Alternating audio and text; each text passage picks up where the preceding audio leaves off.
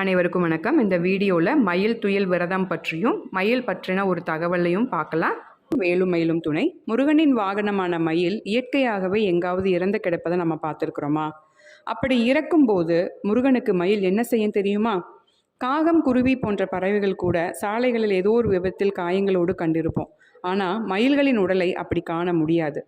மயில்களால் மரணத்தை கூட கணிக்க முடியுமாமாங்க.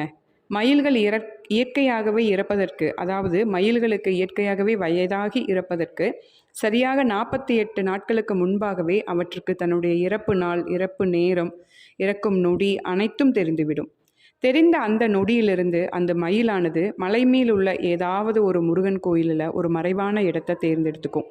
ஒருவேளை உணவும் சிறிது நீரும் அருந்தி தான் அந்த மயில் இருந்துகிட்ருக்கும். இதனைத்தான் மயில் துயில் விரதம் அப்படின்னு சொல்லி நாம் சொல்கிறோம். கடைசி ஒரு வாரம் அந்த மயில் எதுவுமே எடுத்துக்காமல், தண்ணியும் குடிக்காமல், எதுவுமே எடுத்துக்காமல் ஒரு வாரம் இருந்து இறக்கும் தருவாயில் மாட்டினுடைய கோமயத்தை அருந்தி தான் அதனோட உயிரை விடுது அப்படின்னு சொல்லி சொல்கிறாங்க. இப்படி முருகன் மேலே உண்மையான பக்தியும் நம்பிக்கையோடு இருந்தோம் அப்படின்னா நாமளும் அந்த முருகனோட அருளை பெற முடியுங்க. வேலும் மயிலும் துணை. நன்றி.